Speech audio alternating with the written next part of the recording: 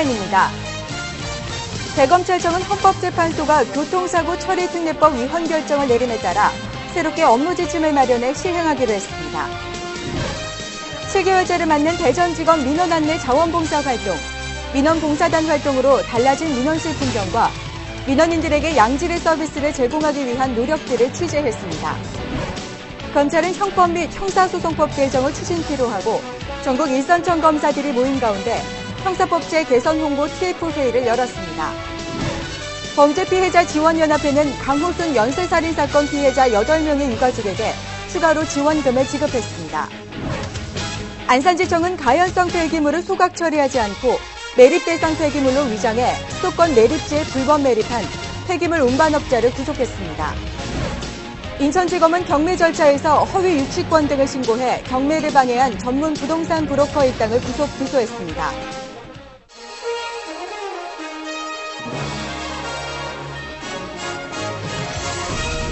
안녕하십니까. 검찰포커스 이수영입니다. 첫 번째 소식입니다. 지난 2월 26일 헌법재판소는 교통사고 처리 특례법 중 중상해 발생의 경우에도 자동차 종합보험 가입 등을 이유로 공소를 제기할 수 없도록 규정한 부분이 헌법에 위반된다고 선고했습니다. 이에 따라 대검찰청은 위헌 결정에 따른 업무 처리 지침을 수립해 시행하기로 했습니다. 박종선 기자의 보도입니다. 헌법재판소가 교통사고 처리 특례법이 위헌이라는 결정을 내렸습니다. 이에 따라 교통사고 피해자에게 중상해를 입힌 경우 자동차 종합보험이나 공제조합에 가입돼 있어도 공소 제기가 가능하게 됐습니다. 기존에는 종합보험이나 공제조합에 가입된 경우는 11개 항목 이해 사유가 아닌 한 교통사고로 사람을 다치게 하였다 하더라도 처벌받지 않았습니다. 그런데 이번 헌법재판소 결정으로 피해자가 중상해를 입은 경우에는 처벌을 받게 되었습니다. 교통사고 피해자의 권리는 한층 더 강화되고 가해자의 책임은 무거워진 것입니다. 위헌 결정이 선고된 2009년 2월 26일 오후 2시 36분 이후에 발생한 교통사고로서 중상해에 해당되는 경우에만 공소 제기가 가능하며 검찰은 위헌 판결이 난 직후 중상해의 일반적 판단 기준을 포함한 업무 처리 지침을 일선청 등에 시달했습니다. 생명에 대한 위험, 인간의 생명 유지에 불가결한 뇌 또는 주요 장기에 중대한 손상이 가해졌을 경우입니다. 불구, 사지, 절단 등 신체 중요 부분의 상실, 중대 변형 또는 시각, 청각, 언어, 생식 기능 등 중요한 신체 기능을 영구적으로 상실한 경우 중상해에 해당됩니다. 불치나 난치병, 사고 후유증으로 인한 중증의 정신장애, 하반신 마비 등 완치 가능성이 없거나 희박한 중대 질병 등입니다. 첫 번째는 의료계, 학계, 보험업계 관계자 등 사회 전반의 의견을 수렴해서 중상해 개념을 명확히 해야 될 것입니다. 그리고 두 번째는 충실한 진단서가 작성되도록 의료업계 관계자들과 긴밀하게 협조를 해야 될 것이고요. 세 번째는 구체적인 사건 처리 시에 전문수사자문위원 제도, 공소심의위원회 제도를 적극 활용해야 될 것입니다. 검찰은 중상해 기준을 보다 더 명확하고 구체적으로 수립하기 위해 의료계, 학계, 법조계와 보험업계 등 유관기관을 상대로 폭넓은 의견을 수렴할 예정입니다. SPBS 박종선입니다. 지난 8월 검찰포커스에선 대전지검에서 처음으로 도입된 민원 안내 자원봉사 활동에 대해 소개해드린 바 있습니다. 7개월이 흐른 지금 대전지검을 찾은 민원인들의 만족도가 눈에 띄게 높아지는 등 자원봉사 활동이 확고하게 자리를 잡았다는 소식입니다. 정영민 기자가 전합니다. 대전지검 민원실. 이곳에 들어서면 민원인들을 반갑게 맞아주는 사람들이 있습니다. 안녕하세요. 바로 녹색 조끼를 입은 민원 안내 자원봉사위원들입니다. 저희는 기한을 알아보시려고요. 예, 이쪽 안쪽으로 들어오셔가지고요. 지난해 8월 발족한 민원 안내 자원봉사단은 기대와 우려 속에 그 첫 발을 내딛었습니다. 검찰청을 찾는 민원인들을 친절하게 도와준다는 취지에도 불구 형식에 치우친 허울뿐인 자원봉사로 전락하지 않을까 하는 점 때문이었습니다. 하지만 이들은 마음에서 우러나오는 친절로 이제는 대전지검에서 없어서는 안 될 존재로 자리 잡았습니다. 소위 말하자면 그 악성 민원인들이 많았었는데 이분들이 봉사하시면서 그분이 많이 줄었습니다. 많이 줄었고 또 우리 이제 뭐 대부분 직원들이 이분들이 오신 후에 민원실이 많이 밝아졌다. 분위기가 참 좋아졌다. 그런 얘기들을 하고 있습니다. 그래서 하루아침에 이러한 성과를 올릴 수 있었던 것은 아닙니다. 지속적인 지원 아래 민원인을 대하는 기본 자세부터 팀워크까지 검찰 민원 업무 교육을 비롯한 다양한 교육을 받으며 자신을 갈고 닦는 노력이 있었기에 가능한 일이었습니다. 제가 뭘 도와드릴까요? 그랬더니 당신이 뭘 하는데 막 이런 정말 험악하게 정말 맞을 뻔한 그런 사실도 있었어요. 그러나 나의 작은 그 봉사가 그분에게는 어떤 한 힘이 될 수 있었겠구나라는 생각에 또한 자신의 경험담을 발표하는 시간을 통해 자원봉사위원들은 서로의 경험을 공유하는 한편 자신의 일에 대한 자부심을 갖고 양질의 민원 서비스를 제공하기 위한 각오를 새롭게 다질 수 있었습니다. 지난 7개월간 지속된 민원 안내 자원봉사위원들의 값진 활약, 이러한 모범 사례가 전국적으로 확대되길 기대해 봅니다. SPBS 정영민입니다. 검찰은 참고인 출석 의무제, 사법정의 방해죄 등을 포함한 형법 및 형사소송법 개정을 추진하고 있습니다. 원활한 법 개정을 위해선 대국민 홍보가 중요하다는 인식 아래 형사법제 개선 홍보를 위한 TF회의가 열렸습니다. 우리나라가 사회 경제적으로 한층 성숙한 선진사회로 진입하게 되면서 범죄 수사도 인권 침해 논란이 줄어드는 등 진일보하는 성과를 이룬 것이 사실입니다. 하지만 날로 국제화되고 지능화되는 범죄에 대처하기 위해선 보다 적극적이고 실효성 있는 법과 제도의 뒷받침이 필요합니다.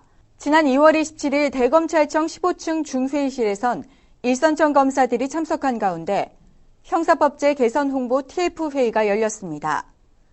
사법협조자 면책 및 형벌 감면, 사법정의 방해죄, 제한적 플리바게닝, 중요 참고인 출석 의무제 등 주요 개선 추진 내용에 대한 설명과 형사법제 개선 추진 상황, 그리고 홍보 방안에 대한 설명과 토론이 이어졌습니다. 검찰은 선진 형사법제 도입을 위해선 국민적 공감대 형성이 가장 시급하다고 보고 의견 수렴 후 법 개정을 추진해 나갈 예정입니다. 강호순 연쇄살인 사건의 전모가 밝혀졌지만 아직까지도 그 충격과 파장은 계속되고 있습니다. 이 사건으로 가족을 잃고 고통받고 있는 유가족들을 위해 범죄 피해자 지원센터가 나섰습니다. 안산지청에선 강호순 연쇄살인사건 피해자 유가족에게 지원금 전달식이 있었습니다. 범죄 피해자 지원연합회는 피해자 7명의 유가족에게 각각 400만 원, 중국 동포 김모 씨에게는 200만 원을 전달했습니다. 지금 그 강호순 피해자들이 너무 고통을 받고 있기 때문에 전국적으로 세타해서 그 모금을 해서 조금이나마 위로를 주기 위해서 이런 자리를 마련했습니다. 앞서 안산지청 피해자지원센터는 피해자 유가족에게 긴급 생활지원금 200만 원을 지급했으며 지역 의료기관과의 협조를 얻어 유가족을 대상으로 무료 외상성 스트레스 증후군 치료도 지원할 예정입니다.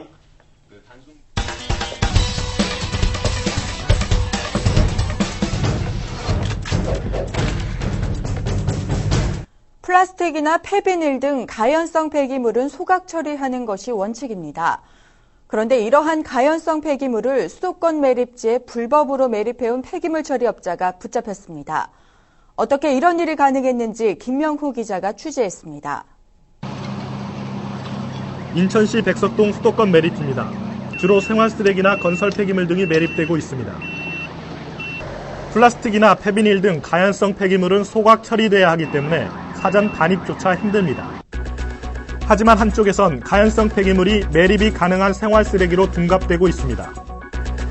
속칭 받아치기, 가연성 폐기물 적재함을 매립지 출입이 가능한 트럭으로 옮겨 실어 몰래 매립하는 것입니다. 43살 최모 씨는 이 같은 수법으로 지난 2007년부터 2년여 동안 무려 1000여 회에 걸쳐 12,000여 톤의 가연성 폐기물을 매립지에 불법으로 묻었습니다. 비용 차이가 엄청난 거죠. 거기 무려 한 7, 8배가 나다 보니까 일반적으로 선수들이라고 하는데요. 대신해서 그걸 받아서 들어가 주는 거죠. 이제 계속 몇 달 동안에 걸쳐서 그 불법 처리 현장을 계속 감시를 하면서 동영상도 찍고 뭐 사진도 찍고 이런 체증 작업을 충분히 거쳤기 때문에 범행 자백 받는 데는 뭐 문제가 없었습니다. 가연성 폐기물 1톤을 소각 처리하려면 27만 원 정도가 들지만 땅속에 매립하게 되면 고작 2만 원 정도가 됩니다. 최 씨는 무려 30억 원 상당의 부당이익을 취했습니다. 더군다나 출입 가능한 트럭이 노후되자 다른 트럭에 번호판만 바꿔 달고 매립비를 드나드는 대범함까지 보였습니다. 검찰 조사 결과 이 같은 최 씨의 불법 매립 행각은 모 건설 폐기물 운반업체 세 곳으로부터 사주를 받아 저질렀던 것으로 드러났습니다. 최모 씨는 수도권 매립지 출입하는 화물차 기사들을 상대로 그 펑크를 수리하는 업체를 운영하고 있었습니다. 그 과정에서 처리 업체 이제 업주들하고 접촉이 되면서 자연스럽게 불법으로 재위탁 받아서 처리하게 된 겁니다. 이에 따라 검찰은 최 씨를 구속 기소하고 최 씨에게 폐기물 불법 처리를 의뢰한 회사 관계자들에 대해 수사를 확대해 나갈 방침입니다. SPBS 김명호입니다. 경제가 어려워 경매에 넘어가는 부동산이 많다 보니 이런 일도 있었습니다. 경매에 나온 부동산에 대해 가짜 유치권을 내세워 경매를 방해한 전문 부동산 브로커 일당이 붙잡혔습니다. 송기현 기자입니다. 인천시 부평구에 위치한 감정가 22억 원짜리 상가 건물입니다. 지난해 5월경 51살 박모 씨는 경매를 통해 14억 원의 이 건물을 낙찰받았습니다. 그로부터 5개월 뒤 웬일인지 박 씨는 이 건물을 또다시 경매에 넘겼습니다. 가장 임차인들과 임대차 계약을 하고 59살 김모 씨와 결탁해 건물 내부 공사를 한 것처럼 서류를 꾸며 4억 원 상당의 가짜 유치권을 행사한 것입니다. 경매 과정에서 가짜 유치권을 내세워 입찰자에게 부담을 줘 낙찰가를 떨어뜨리고 제3자를 통해 싼값의 건물을 낙찰받기 위해서였습니다. 설령 가장 싼 값을 낙찰받지 못한다 하더라도 일단 신고한 임차권이라든지 유치권 상당의 금액은 자기들이 가져갈 수 있으니까 일단 그 부분은 또 안 되더라도 이것은 가져갈 그런 의도도 있었던 겁니다. 결국 이 건물에 대한 경매는 4차까지 유찰됐고 건물에 대한 가치는 계속 떨어졌습니다. 개인 사이에 적법하게 이루어진 것처럼 보이는 임대계약과 도급계약서에서 악의적으로 이루어진 불법 행위를 밝혀낸다는 것이 쉽지는 않았습니다. 김 씨가 관련된 사기 사건을 수사하던 중 허위 유치권 신고 정황을 포착한 인천지검은 유치권 권리 신고 현황에 대한 자료를 취합한 후 이를 분석하고 3개월에 걸쳐 건물 관리인, 가장 임차인 등 참고인들을 조사한 결과 결국 허위 유치권 권리 신고 혐의를 밝혀낼 수 있었습니다. 이제 건물 수리업자라든지 소유자, 낙찰자들끼리 이렇게 진술을 많이 맞춰가지고 상당히 수사하기 어렵고 나중에 이제 계속 조사를 거듭한 결과 이제 피의자들끼리 이렇게 서로 떠넘기기식 진술을 하는 덕분에 이렇게 나중에는 자백을 다 받아낼 수 있었어요. 인천지검은 불법 부동산 점유자들이 각종 허위 유치권, 임차권 등을 신고하는 경우가 더 있을 것으로 보고 경매를 방해하는 전문 부동산 브로커들에 대해 지속적으로 단속을 펴나갈 계획입니다. SPBS 송견입니다.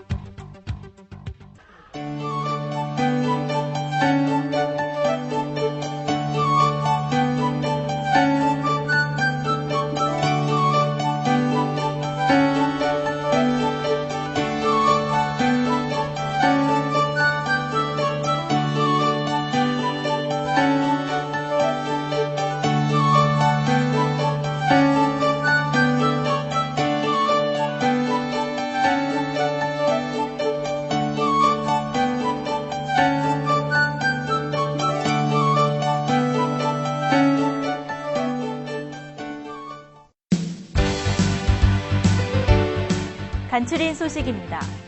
지난 2일 63번째 검찰청 안양지청 개청식이 열렸습니다.